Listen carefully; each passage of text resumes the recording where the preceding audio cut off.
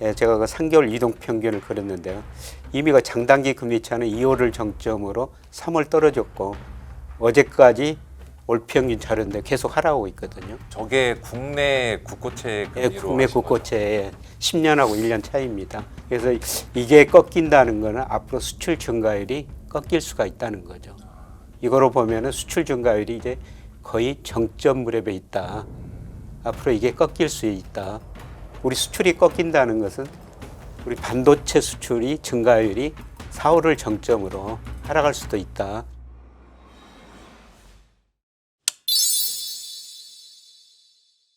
김영익 내일희망경제연구소 소장님을 모셨습니다. 어서 오십시오. 네, 안녕하십니까. 네. 소장님, 어제도 그렇고 오늘도 그렇고 코스피가 사상 최고치를 경신했습니다. 예. 사상 처음으로 6,400선 고지를 밟았는데요. 이렇게 강한 이유는 혹시 어디에 있다고 보시는지 먼저 여쭤볼게요. 그래서 전황이 아니라 업황이다. 이런 단어들이 언론에 많이 나오던데요. 아, 네. 전쟁 상황보다는 이제 업황이면은 업황, 예. 반도체 업황이 좋다. 쪽은, 네. 아, 예, 그거는 매크로 측면에서 보면은 수출이 정말 잘 되고요. 네. 반도체 중심으로 수출이 잘 되고 그러다 보니까 반도체 이익이 많이 늘어나고 있다. 예, 이런 것들이 주가 상승의 동인인 것 같습니다. 예, 실제로 보면은 어제 그 20일까지 수출 입동량이 네. 발표가 됐거든요. 예, 그런데 수출이 그 49.4%나 아주 높은 증가세를 보였고요.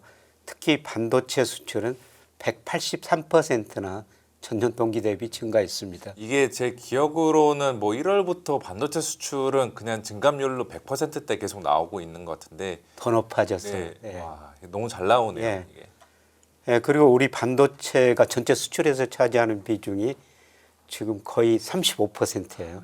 네. 예, 그런데 4월 보니까 더 올라가고 있습니다. 그래서 반도체 수출이 이거 정말 잘 되고 있죠.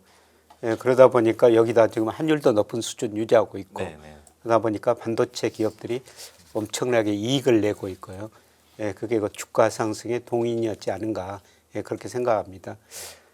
예, 그렇지만은 다른 측면에서 조금 불안한 조짐도 나타나고 있어요. 저번에 코스피가 6,300 늘어났을 때는 네, 네. 뭐 저는 기술적 지표는 잘 안 봅니다만 네네. 예, 그때는 거래량도 급격하게 증가하면서 코스피, 삼성전자가 같이 상승했거든요. 맞습니다. 예, 그런데 이번에 코스피 상승 국면에서 보니까 뭐 삼성전자나 코스피 거래량은 줄어들면서 주가만 오르거든요. 예, 그래서 그 의미를 한번 생각해 볼 때인 것 같습니다. 그래서 앞으로 좋게 보기 때문에 사람들이 삼성전자 주식도 안 팔고 가지고 있다. 뭐 그렇게 볼 수도 있죠. 예, 들고 그렇게- 있겠다. 예전처럼 쉽게 뭐 사고 팔고 하지 말고 예. 들고 있겠다. 이렇게 해석해 예, 보시죠. 그런 의미도 있겠고요. 예, 그러나 다른 측면에서는 이제 심리가 변하면은 네, 네. 거래량이 적으니까 가지고 있는 사람이 팔면은 또 주가가 급락할 수도 있다. 네, 네. 굉장히 이거 중요한 시기인 것 같습니다. 그러면 이렇게 어떻게 보면은 전고점을 돌파해서 6,400까지 왔는데 여기서 그 코스피의 방향성은 좀 어떻게 보고 계십니까? 위쪽으로 보고 계십니까? 아니면은 박스권 혹은 좀 다른 방향을 보고 계십니까? 이쪽으로 조금 여지는 남아 있는 것 같은데요. 예, 조만간 저는 조정 국면에 들어서고 하반기에는 상당폭 하락하지 않을까. 예, 제가 앞서 뭐 수출 때문에 네, 네, 네. 우리 경제 성장률도 올라가고 특히 반도체 수출이 잘 돼가지고 예, 기업 이익도 증가했다 그러는데 예, 저는 모든 경제 지표를 볼 때 네. 장단기 금리 차를 보거든요. 그래서 저희 학생들한테도 금리만 공부하면 경제 공부 다 했다. 네, 네. 예, 장단기 금리 차가 미래를 거의 다 예상을 해주거든요. 그렇죠. 예, 제가 여기서 장단기 금리 차라는 거는 정의하기에 따라 다른데 10년하고 1년 예, 국고채 수익률 차이예요. 이게 우리가 수출이 월별로 변동성이 심하기 때문에 예, 제가 그 3개월 이동 평균을 그렸는데요. 이미 그 장단기 금리 차는 2월을 정점으로 3월 떨어졌고 어제까지 올 평균 자료인데 계속 하락하고 있거든요. 저게 국내 국고채 예, 금리로 국내 하신 거죠? 국고채의 10년하고 1년 차이입니다. 예, 그런데 이게 수출에 한 2개월 정도 선행해요. 상황지수 0.62로 상당히 높은 편입니다. 그래서 이게 꺾인다는 거는 앞으로 수출 증가율이 꺾일 수가 있다는 거죠. 이거로 보면은 수출 증가율이 이제 거의 정점 무렵에 있다. 앞으로 이게 꺾일 수 있다. 예, 그러면은 우리 수출이 꺾인다는 것은 우리 반도체 수출이 증가율이 아마 4월을 정점으로 하락할 수도 있다. 예, 그런 의미가 되겠습니다. 예, 그리고 늘 제가 우리 저 코스피를 볼 때 통계청 국가 데이터처에서 발표하는 선행지수 순환 변동치를 보는데요. 예, 저는 선행지수 순환 변동치가 올라갈 때는 무조건 주식 투자하셔야 됩니다. 네. 예, 그리고 이때는 반도체 투자를 하셔야 됩니다. 뭐 개별 종목도 해도 좋지만은 네. 그냥 반도체 ETF를 사시는 게 제일 좋습니다. 이런 말씀을 드리는데요. 예, 그런데 이 장단기 금리자가 또 선행지수에도 1개월 선행이에요. 네네. 근데 선행지수가 꺾였다는 거는 장단기 금리차가 꺾였다는 거는 선행지수도 조만간 꺾일 수가 있다는 거죠. 근데 이게 좀 늦게 발표해요. 2월까지 발표됐고 3월 거는 4월에 발표되거든요. 이달 말에 발표되는데 아마 3월까지는 올라갈 수도 있는데요. 이게 4월 이후로 꺾일 수가 있다는 겁니다. 그럼 일단 저희는 그 좀 빨리 보려면 수출 데이터로 같이 비교해서 봐야겠네요. 예, 수출 데이터가 좀 더 빨리 발표하니까요. 예, 그리고 이제 최근에 제가 뭐가 오를까 좀 고민에 네. 빠졌습니다. 이게 저 장단기 금리차하고 코스피하고 방향을 같거든요. 예, 그런데 2월까지 둘 다 올랐다가 3월에 코스피도 떨어지고 장단기 금리차가 떨어졌어요. 근데 4월 들어서 장단기 금리차는 떨어지는데 이 코스피는 많이 올랐죠. 예, 그러면 과연 채권 시장이 오른가 주식 시장이 오른가? 둘 중 하나는 지금 잘못 보고 있는 거죠. 예, 그렇죠. 이제 한두 달 지나면 누가 잘못됐는지 예, 결과가 나올 텐데요. 제가 보기에는 채권 시장이 늘 옳았거든요. 예. 그래서 지금 미국하고 이란 전쟁이 잘 해결될 것이다. 유가 떨어지고 금리 떨어지고 네. 다시 경제 좋아질 것이다. 주시장은 그걸 많이 반영한 것 같아요. 미리 반영을 했다. 예, 예. 예, 그런데 채권 시장에서 이 장단기 금리차가 축소됐다는 것은 장기 금리가 단기 금리보다 둘 다 지금 정점을 치고 하락하고 있지만은 장기 금리가 더 하락하고 있거든요. 근데 장기 금리에는 미래 경제 성장, 미래 물가 상승률이 들어 있어요. 근데 채권 시장은 앞으로 경제 성장률이 많이 둔화될 것이다. 이걸 반영하고 있습니다. 그래서 지금 4월 들어서 주식 시장하고 채권 시장하고 방향이 전혀 다른데요. 네. 둘 중에 하나는 틀렸을 거라는 겁니다. 근데 역사적으로 봤을 때 채권 시장이 옳았던 적이 많다. 예, 제가 그렇게 보기에는 말씀하시는 거죠. 예, 그래서 우리가 시장이 크게 애한 시장, 뭐 채권 시장, 주식 시장 이 세 가지 시장이 있는데요. 뭐 제가 그 오랫동안 금융 시장을 관찰하면서 뭐 느낀 거는 애한 시장이 옳았고 그다음에 채권 시장이 옳았고 예, 그다음에 주식 시장이 올랐. 주식 시장보다는 채권 시장이 조금 더 경제 상황을 덜 반영했다. 예, 저는 지금 그렇게 판단하고 있습니다. 그래서 이런 걸 볼 때 주가가 여기서 조금 더 오를 수는 있는데요. 네네. 현재 상황을 반영해 가지고 조만간 채권 시장이 가리키는 경기 둔화를 주식 시장도 조만간 반영할 것이다. 이런 의미에서 뭐 여기서 주가가 그렇게 많이 오를 여력은 없다 이렇게 보고 있습니다. 네, 알겠습니다.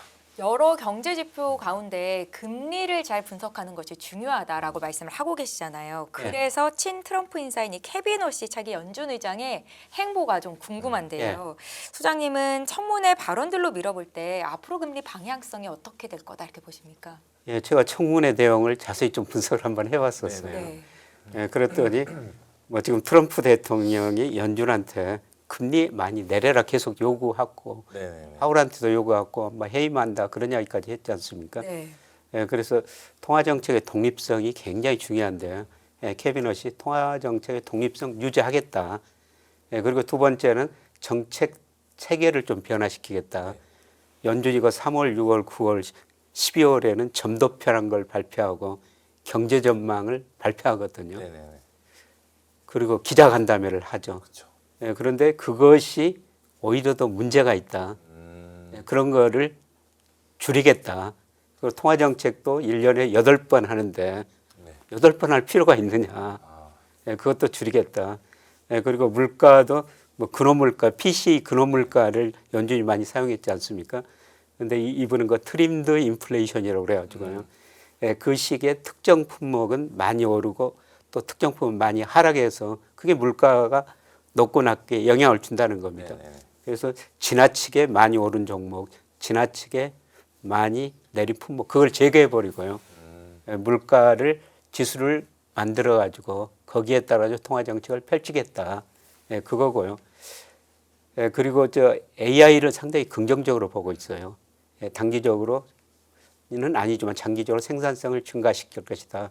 그다음에 암호화폐도 우호적이다 이런 발언을 했는데요. 예, 그런데 이번 거 케빈 어시가 청문회에서 가장 중요한 게 이거거든요. 2010년 코로나가 갔죠. 그래서 미 연준이 양적완을 해가지고 엄청나게 돈을 풀어버렸거든요. 이것 때문에 물가가 올랐다. 그러니까 앞으로 돈은 이렇게 안 풀겠다. 이런 이야기를 하거든요. 예, 그래서 통화량보다는 금리 중심으로 통화 정책을 펼치겠다. 근데 사실 얼마나 많은 돈을 풀었냐면요. 이 영선이 제가 추정하는 미국의 적정 통화 증가율이거든요. 근데 흔히들 그 통화 정책을 샤워실에 바보라고 그러는데요. 우리가 그 샤워할 때 물이 차다하고 조금 수도꼭지를 다른 쪽으로 돌리면 굉장히 따뜻한 물이 나오죠. 근데 따뜻한 물이 나온다고 또 반대로 돌면 굉장히 찬물이 나와버리거든요. 근데 2020년, 2021년 적정 통화보다 거의 27%포인트 정도 연준이 더 공급해버린 거예요. 물가가 안 오를 수가 없었던 그렇죠. 환경이었네요. 그러니까 이렇게 물가가 올랐죠. 물가가 오르니까 연준이 가감히 긴축을 하는 겁니다. 그래서 케빈 어시 이때 통화 정책이 잘못됐다. 너무나 양적완을 했다. 그래서 자기는 양적 안 하겠다. 그런데 사실 그 양적 축소 단행해가지고 통화량이 줄어들다가 작년 또 12월부터 양적 축소를 중단했어요. 네, 맞죠. 그 이후로 다시 통화량이 연준의 자산이 좀 증가하고 있거든요. 케빈 업씨는 이거를 늘리지는 않겠다. 이거는 저 자산 시장이 그렇게 좋은 건 아닐 것 같아요. 유동성이 예전보다 좀 덜 들어온다라는 의미로 보여지는 예, 그렇죠. 거죠. 그러니까 경제가 어려울 때 금리만 가지고 조정을 할 수 없으니까 결국 양적 완화는 통화량 가지고 예, 경기를 부양했고 자산 가격을 부양했거든요. 그거는 안 하겠다는 겁니다. 이게 저는 앞으로 그 자산 가격에는 상당히 좀 부정적이라고 보고 있습니다. 그러면은 저게 금리랑은 좀 직접적으로 그렇게 큰 영향은 별로 없는 걸까요? 아니면은 영향을 좀 더 많이 받을? 영향을 받기는 받죠. 네. 예, 금리를 내린다는 거는 돈을 더 푼다는 겁니다. 네네. 예, 금리를 내리면 통화량 자체는 그 증가할 거예요. 네네. 예, 그런데 시장에서 통화량을 증가시키게 만들지 인위적으로 그냥 연준이 시장에 있는 채권을 사가지고 돈을 풀지는 않겠다. 은행을 통해 가지고 대출 같은 건 늘리겠다. 네. 예, 그런 의미지 연준이 이렇게 직접적으로 시장에서 채권 사고 팔고 이런 거는 덜 하겠다. 이런 의미를 담고 있습니다. 그럼 확실히 예전보다는 금리 정책에 더 주안점을 두는 것 같은데 오늘 뭐 청문회에서도 트럼프 관세나 전쟁에 따른 인플레이션 영향이 적다면은 금리를 뭐 내릴 것이다라는 식의 좀 시사점을 남긴 것 같아요. 예. 만약에 내린다고 하면은 6월부터 이제 새롭게 취임을 해서 연준을 운영해 갈 텐데 어느 정도까지 금리 인하를 저희가 폭을 열어두고 가야 될까요? 예, 지금 현재 기준금리 범위가 3.5에서 3.75%죠. 네. 보통 상한선 3.75% 이야기하는데요. 예, 저는 뭐 연말에 그 3%까지 내리라고 보고 있습니다. 3%면은 지금 한 3번 정도. 3번 정도. 예, 물가는 오르지만은 예, 저는 하반기 들어가지고 미국 경제 성장률이 많이 낮아지리라고 보고 있습니다. 예, 그리고 그러다 보니까 소비 증가세가 둔화되고 경제 성장을 낮아지고 고용도 많이 둔화되리라고 보고 있습니다. 그래서 연준이 참 고민이 많을 텐데요. 연준의 통화정책 목표가 물가 안정하고 최대 고용 두 가지거든요. 물가를 보면 금리 못 내리죠. 예, 그런데 소비 증가세 많이 둔화되고 고용이 위축되니까 금리를 인하하리라고 보고 있습니다. 그래서 이거는 제가 소위 그 이론적으로 그 테일러 준칙에서 적정금리 추정해 보는 건데요. 많이 낮아지거든요. 예, 그래서 뭐 저보다 유명한 아이비들이 더 잘 알죠. 그래서 아이비들은 어떻게 생각하는지 가장 그 최근 통계예요. 근데 7월까지는 대부분 유지하고요. UBS만 7월에 제일 먼저 내린다고 이렇게 전망했습니다. 그러나 평균을 보면은 올 하반기에 2차례 정도 내린다는 겁니다. 이게 저도 오랜만에 봤는데 패드워치에서는 여전히 한 번 정도 인하를 반영을 하고 있는데 아이비들의 생각은 좀 다르네요. 네, 좀 다릅니다. 우리가 보통 보는 거는 패드워치 시장에서 보는 건데요. 아이비들은 이렇게 보고 있고요. 예, 그런데 여기서 특이한 게 CT 전망이에요. 12월에 소위 0.5%포인트 비컷을 한다는 겁니다. 예, 제 전망이 이거하고 비슷합니다. 예, 그만큼 4분기에 가가지고는 미국 소비 위축되고 고용이 많이 감소할 거라는 겁니다. 저렇게 그 25bp가 아니라 한 네. 번에 50bp 비컷 하는 거는 그만큼 뭐 상황이 별로 안 좋으니까 좀 더 공격적으로 인하를 해야 된다. 예, 이런 식이면 주식한테도 좋지는 않겠네요. 이게. 예, 그렇죠. 그러니까 연준의 이 기준금리하고 S&P 500 상관기술을 보면 플러스가 나와요. 네네. 그러니까 금리를 이렇게 내리면 주가하고 올라가야 되는데 네. 주가라는 건 금리뿐만 아니라 경제성과 기업 이익이 결정하거든요. 이렇게 금리를 내리는 만큼 기업 이익은 더 안 좋을 거라는 겁니다. 그래서 CT 전망이 오를지 좀 지켜봐야 되는데요. 제 모델하고 거의 비슷한 수치가 나와서 참고로 소개해 드립니다. 알겠습니다. 소장님, 지금 미국과 이란의 2차 협상이 안개 속에 들어와 있는데 협상이 안 되고 전쟁이 지속된다는 것 자체가 이제 물가 상승 압력이 될 수 있다는 건데 소장님의 의견은 하반기 갈수록 미국 경제가 더 안 좋아질 것이다라는 말씀이시잖아요. 지정학적인 우려는 어떻게 좀 보고 계세요? 트럼프 보면 매일 변하니까요. 네. 도대체 이분이 어떤 생각을 가지고 있는지. 그런데 요새 보면 트럼프가 굉장히 다급해진 것 같아요. 그런 느낌이 예. 있죠. 그러니까 지난 1960년대 미국하고 베트남 전쟁을 했죠. 그다음에 2000년에 이라크 전쟁을 했고요. 그 이후에 또 아프가니스탄 전쟁을 오래 했어요. 그런데 미국이 목표를 달성한 적이 한 번도 없습니다. 그때마다 미국의 재정 적자 늘어나고 물가는 올랐었죠. 네. 아마 트럼프가 그런 역사를 잘 알 거예요. 당장 11월에 중간선거가 있지 않습니까? 오늘 미국과 한 여론조사 보니까 트럼프 지지율이 33%까지 떨어졌다는 겁니다. 물론 트럼프 일기예가 32%까지도 떨어진 적이 있대요. 그런데 이런 걸 보면은 트럼프가 빨리 협상을 할 수밖에 없다. 그런데 이런 내용을 알고 이란이 계속 좀 뒷짐을 지고 있죠. 약간 이란이 갑인 느낌이 있죠. 요새 협상 보면 그런 느낌이에요. 네. 그래서 트럼프가 이란이 마음에 안 들고 협상 현장에 안 나타나면은 네. 그냥 스스로 미국이 전쟁에 승리했다. 그리고 끝내버릴 가능성도 있어요. 아마 시장에서 그런 걸 반영한 것 같습니다. 그래서 이렇게 되면 유가가 떨어지고 금리가 안정되고 주가가 오른다. 네. 이런 기대가 지금 주식시장에 미국이나 우리나라 주식시장에 다 반영돼 버린 것 같아요. 그런데 제가 보기에는 지금 많은 거 원유 인프라가 파괴됐거든요. 이거 복구하려면 상당한 시간이 걸릴 거예요. 유가가 당분간 전쟁 끝나더라도 좀 높은 수준 유지할 수밖에 없다는 거죠. 높은 수준이라고 하면은 전쟁 이전의 유가보다는 높은 위치에서 예. 머물러 있겠다. 전쟁 이전에 한 배럴당 $60, 네, $70 그 사이였지 않습니까? 뭐 $80, $90 뭐 이 정도는 유지할 것 같아요. 예, 그렇게 되면은 인플레 문제가 대두될 수밖에 없죠. 예, 사실 오늘 우리가 한국은행에서 생산자 물가를 발표했는데요. 네. 전년 동월 대비 4.1%. 근데 내용을 보니까 뭐 석탄, 석유류가 무려 32% 올랐더라고요. 국제 유가가 오르기 때문이죠. 네. 근데 생산자 물가가 오르면은 그 다음 달 또 소비자 물가가 올라요. 그러니까 한국은행이 참 고민을 많을 것 같은데요. 예, 결국 이렇게 되면은 중앙은행이 금리를 내리기가 힘들거든요. 그래서 아까 미국은 이제 4분기에 가가지고 뭐 경제가 굉장히 나빠지니까 금리를 인하할 수 있다 그랬습니다만은 우리는 그렇게 경제가 급하게 나빠지지는 않을 거예요. 반도체 서서히 때문에 나빠지니까. 예, 예. 거죠. 네. 예. 그러면은 이게 금리가 오르면은 아마 주가도 그만큼 좀 할인이 돼야 되거든요. 네. 예, 그래서 제가 보기에는 뭐 주식시장은 모든 것이 잘 될 것이다. 아까 채권 장단기 금리차는 축소되면서 미래가 불안하다. 뭐 경제성이 둔화될 것이다. 기업이 줄어들 것이다. 그걸 봤는데 예, 주식시장은 지나치게 지금 낙관적이지 않은가 예, 그런 생각을 해봅니다. 그러니까 아직 전쟁 리스크가 주식 끝난 게 아니라 시장에서는 일단 반영을 아직 이젠 안 하고 있는 거죠. 덜 하고 있는 거죠. 예, 그렇습니다. 선반영이 아니라 과신 상태라는 거 저희가 되게 조심을 해야 되는 예, 상황이죠. 제가 그런 편을 여기다 써놨습니다만 예, 조금 네. 지나칠 수도 있는데요. 제가 보기에는 네. 예, 이렇습니다.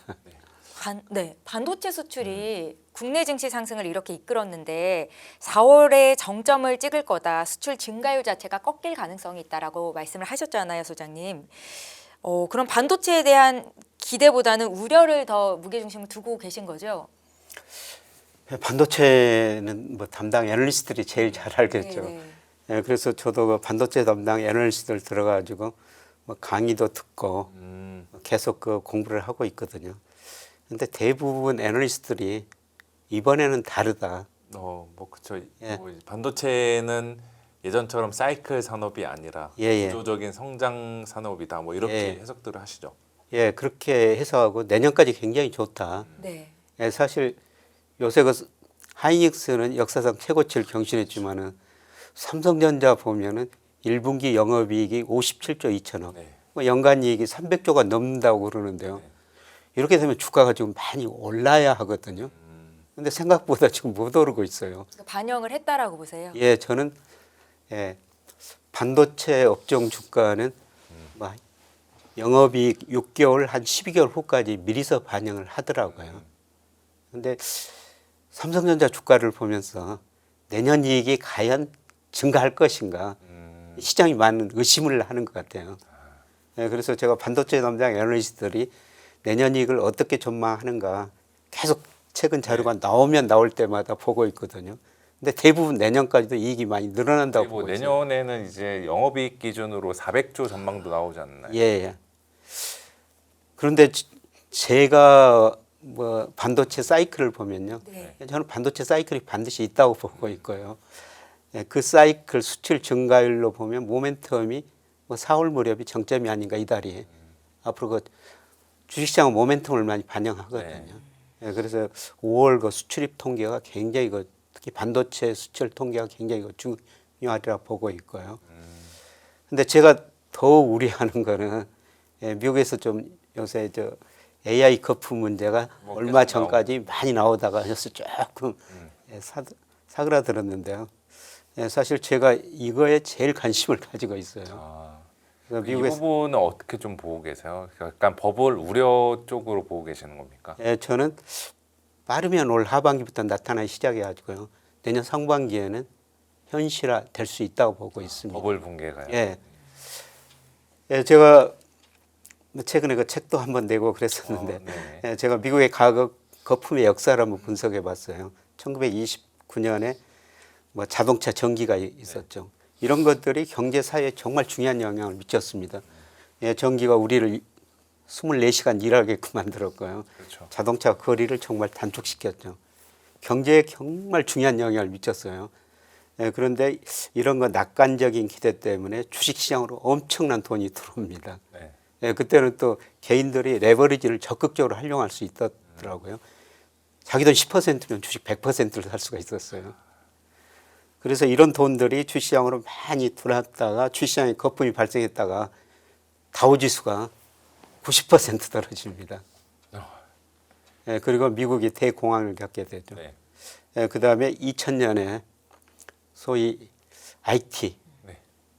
뭐 정말 중요한 기술이죠. 인터넷. 지금도 우리 생활에 정말 많은 영향을 주고 있지 않습니까? 그래서 이런 기대로 많은 자금이 주식시장으로 들어왔는데 결국은 거품이 발생했고 붕괴됐습니다. 이때 나스닥 지수가 80% 떨어지거든요. 그다음에 2008년에 집값이 올랐다가 떨어지니까 미국이 신용 문제가 드러나면서 금융위기를 겪었고요. 근데 과연 AI가 거품인가? 이거는 뭐 지나고 봐야지 거품인지 아닌지 알 수가 있거든요. 예, 그런데 저는 AI 관련 주식에 상당한 거품이 발생했고요. 예, 그다음에 요새 그 사모신용 문제가 드러나고 있습니다만은 2000년하고 2008년 두 가지 문제가 결합된 것 같아요. 2000년처럼 주식시장에 상당한 거품이 발생했고 네. 2008년 신용 문제가 드러나면서 대형 그 금융회사들이 파산했는데요. 예, 두 가지 문제가 드러나 있는 것 같습니다. 그래서 이런 것들이 예, 빠르면 뭐 하반기에 부분적으로 나타나고요. 내년 상반기가 이런 것들이 현실화될 시기가 아닌가. 알겠습니다. 그러면 아까 AI 쪽에서 거품이 있다고 말씀하셨는데 네. 그 사람들마다 이제 판단 기준은 다르겠지만 그 소장님께서 보시는 거품 구별하는 척도 같은 게 따로 있으신가요? 예, 저는 저 미국 주가를 볼 때 우선 그 버핏 지수를 보고요. 네. 그래서 버핏 지수가 의미 없다. 예, 이런 이야기도 나오고 있습니다만 버핏 지수가 역사상 최고치죠. 네. 버핏 지수라는 건 잘 아시겠지만은 주시장 시가총액을 명목 GDP로 나눈 건데요. 저는 버크셔시어가 지금 현금성 자산을 3,700억 달러 역사상 최고치 보유하고 있다. 그 의미를 그 지수 보고 이해할 수가 있습니다. 예, 그리고 미국 거 통화량 M2가 증가해서 뭐 주가 지수가 많이 올랐다. 근데 시가총액을 M2로 나눈 것도 역사상 최고치입니다. 네. 예, 그리고 미국의 그 S&P 500 배당 수익률이 장기적으로 4%가 약간 넘거든요. 네. 예, 그런데 지금 1.4% 안팎입니다. 예, 그리고 PER, 뭐 토빙 Q 네. 이런 것으로 보더라도 지나치게 좀 가대평가 영역에 있는 것 같습니다. 특히 AI 관련 주식들이요. 네. 예, 그리고 이번에 미국과 AI 기업들이 은행에서 돈을 별로 못 빌려 쓰고요. 주로 그 사모신용, 네. 사모펀드를 통해 가지고 자금을 조달했거든요. 예, 그런데 상당한 AI 기업들이 투자는 많이 했는데 이익이 안 날 것이다. 이런 기대가 뭐 지금 나오기 시작하죠. 그래서 사모펀드에다 돈을 맡긴 사람들이 돈을 찾으려고 그러는데 그 사모펀드는 AI 기업에 투자한 돈을 회수해야 되거든요. 근데 그 자산 지금 팔 수가 없죠. 그래서 블루아울 뭐 이런 데서 지금 사모펀드 판매를 중단해 버렸죠. 네, 맞습니다. 신용 금융 회사들은 신용이 지금 떨어져 가고 있는 과정인 것 같아요. 그 아마도 저 내용들을 보니까 과거에 이제 금융위기나 버블 사례에 대해서 관련된 책을 쓰신 것 같은데 네. 근데 과거 역사적으로 봤을 때 그 버블 붕괴의 트리거 그럼 뭐 그 징후가 뭐 결정적인 징후는 어떤 것들로 저희가 좀 압축해 볼 수가 있을까? 이번에 만약에 AI 버블이 터진다고 했을 때. 결론은 그 하워드 막스가 정확하게 지적했는데 이런 기술들은 인류 사회를 정말 많이 변화시켜요. 네. 근데 마지막에 들어간 자본은 대규모 파괴가 된다. 예, 그건 건데요. 예, 그런데 네 가지 신호들이 주로 나타납니다. 아. 첫 번째는 실질 금리가 상승하는 거. 금리가 상승하면은 자산 가격의 미래 가치가 떨어지는 거죠. 그 다음에 신용 스프레드. 근데 이 신용 스프레드는 우리가 일별로 관찰할 수가 있어요. 네네. 여러분이 저 세인트루이스 연방은행 같은 데 들어가면요. 일별로 하이힐드 스프레드라고 그래가지고 하이힐드 수익률하고 뭐 국제 수익률하고 그 차이를 일별로 발표하거든요. 지금 과거 평균보다 낮은데 제가 보기에는 저점을 치고 올라가는 것 같아요. 그리고 이제 물가가 오르기 시작하면은 연준이 금리를 올릴 수가 있죠. 네. 그리고 레러티브 뭐 서사 변화라고 그러는데요. 늘 이런 거 기술 변화가 있을 때 사람들이 이번에는 다르다 그랬었어요. 근데 아까 그 반도체 하시면서 이제 이번엔 다르다라는 예, 예. 얘기가 나왔으니까. 그런데 이제 주가가 떨어지기 시작하고 좀 기업이익이 좀 줄어들기 시작하면은 생각들이 바뀌거든요. 네네. 이번에는 다르지 않다. 이렇게 의심하기 시작할 때 급락합니다. 네. 그래서 해밍웨이 모멘텀이라는 단어도 많이 나오는데요. 해밍웨이가 그 태양은 다시 떠오른다 그 소설인가요? 거기서 이런 이야기를 했어요. 파산이라는 것은 서서히 진행되다가 어느 날 갑자기 그러니까 그런 거 네 가지 요인들이 서서히 진행되다가 어느 날 갑자기 일어나면서 이런 자산가의 거품이 붕괴된다는 겁니다. 지금은 그 서서히 단계에 있는 걸로. 지금 서서히 단계 조금 더 오를 수가 있다는 것이죠. 네. 네. 그런데 제가 이런 이야기를 하면 많은 거 투자자들이 마지막 부분에서 그때 투자를 못하면은 수익이 굉장히 낮지 않느냐. 뭐 틀린 말은 아니죠. 그렇죠. 틀린 말은 아닌데요. 그런데 그 정점을 누가 알겠습니까? 그래서 2001년에 그 버크셔 해셔의 그 백서를 보면요. 네. 무도회장 시기에는 초침이 없다. 그런 이야기가 나옵니다. 그러니까 우리가 어떻게 초침까지 알 수가 있냐는 것이죠.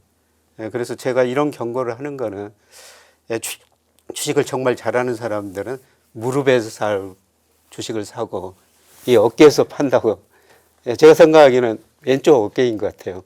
더 상승률이 있는 것 같습니다. 네. 그래서 이제 정점 치고 오른쪽 어깨에서 파는 게 정답일 수가 있죠. 예. 그런데 또 많은 투자자들이 머리까지 올라온 거 보고 오른쪽 어깨까지 떨어졌는데 머리를 생각하거든요. 이때 팔지 못하는 경우가 많아요. 그리고 또 바닥까지 가는 경우가 있죠.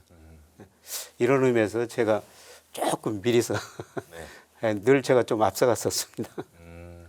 알겠습니다. 말씀하신 것처럼 AI 거품이 싹트기 이전에 저희가 대비를 해야 될 것 같다라는 생각이 드는데 그렇다면 이 반도체 빅사이클 후반부에는 어떤 투자 전략이 옳겠습니까, 소장님? 그러니까 저는 뭐 아까 장단기 금리 차를 보고 투자하시고 선행지수를 보고 투자하시면 된다고 생각해요. 예, 장단기 금리차 확대되고 선행지수가 올라갈 때는 그냥 반도체 주식 그냥 사셔놓으면 된다는 겁니다. 예, 그러나 이게 장단기 금리가 축소되고 시차를 두고 선행지수가 꺾이면요. 네. 모든 업종 주가 지수가 다 떨어져요. 그럴 때는 그냥 주식을 최대한 많이 비워놓고 가는 게 맞나요? 예, 현금성 자산을 많이 그 보유하시는 게 예, 좋죠. 그래서 늘 저는 그 돈을 일을 시켜야 된다 이런 말씀을 드립니다만 사실 작년에는 제가 코스피가 저평가됐기 때문에 코스피하고 금에다 일을 시켜야 된다. 네. 예, 그런데 제가 평가해 보면 코스피도 가대평가 영역에 들었었고요. 지금 금도 전쟁이 일어나면 오른다고 그랬는데 오히려 떨어졌지 않습니까? 금이 또 코스피 이상으로 가대평가됐어요. 예, 그래서 작년에 제가 코스피 금에다 일을 시켜야 된다 그랬는데 올해는 그 두 개가 가대평가됐기 때문에 좀 쉬는 것도 투자다. 예, 그 쉬는 데가 저는 만기가 짧은 국채라고 보고 있어요. 단기 국채요? 예, 단기 국채. 예, 그리고 뭐 주식 투자 일부는 하셔야 되죠. 네. 뭐 상대적으로 덜 떨어진 뭐 배당 수익률이 높은 것, 뭐 통신 서비스 같은 거, 그다음 필수 소비재 같은 거 이런 거는 상대적으로 좀 나을 거예요. 덜 떨어질 겁니다. 네. 그러면 지금 주식만 놓고 보면 이제 좀 전체적으로 시장이 고평가 국면에 들어간 것 같은데 그 주식 그러면 고평가된 업종들 말고 혹시 아까 제가 통신 이야기하신 것처럼 저평가나 추가적으로 저희가 주식 내에서 볼만한 섹터들 업종이 있을까요? 예, 뭐 저는 통신 서비스하고 필수 소비재라고 보고 있고요. 배당주. 그 다음에 예, 네, 뭐 2차 전지 네, 이것들이 최근에 좀 많이 올랐거든요. 네. 그렇죠. 예, 그런데 지금 PR이 너무 높기는 높습니다. 다시 높아졌어요. 네, 예, 그런데 얘들이 다시 성장을 할 것 같아요. 아, 그래서 전기차 이쪽은 뭐 수요가 과거처럼 늘어나지는 않겠지만은 네, 그 ESS 네, 그 다음에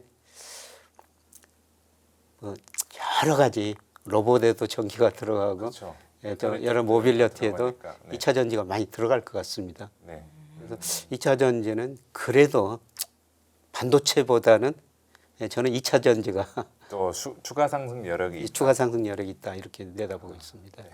그러니까 자산 배분 전략 측면에서 접근을 해본다면 예. 주식과 채권과 현금 비중은 어느 정도를 챙겨가면 되는 거예요, 소장님? 제가 주식 비중은 작년에 한 60%로 말씀을 드렸는데요. 네.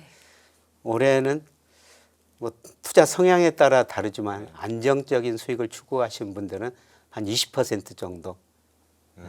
그리고 채권을 40%. 예, 그다음에 뭐 대체 자산 한 10%. 네. 뭐 나머지는 현금성 자산. 뭐 은행예금도 저는 지금은 괜찮다고 생각하고 있어요. 예. 그러니까 어떻게 보면은 앞으로는 약간 좀 지키는 전략으로 저희가 가야 되는 거네요. 예. 그 동안에는 이제 많이 버는 전략, 예. 위험 자산에 투자해서 최대한 수익률을 많이 내는 게 기본적인 전략인데 앞으로는 위험 자산보다는 이제 좀 안정적인 현금으로 제공하는 이런 예. 전략으로 선회를 해야 된다 이 말씀이시죠? 우리가 포트폴리오를 구성할 때 늘 그 수익성, 안정성 네. 두 개 조화라고 그렇지 않습니까? 네. 예, 작년에는 수익성이었다면은 올해는 안정성이 더 강조되는. 뭐 지금까지는 뭐 수익성이었습니다만 저는 올 하반기, 내년 상반기에는 좀 안정성을 조금 더 강조하셨으면 좋을 것 같습니다. 아,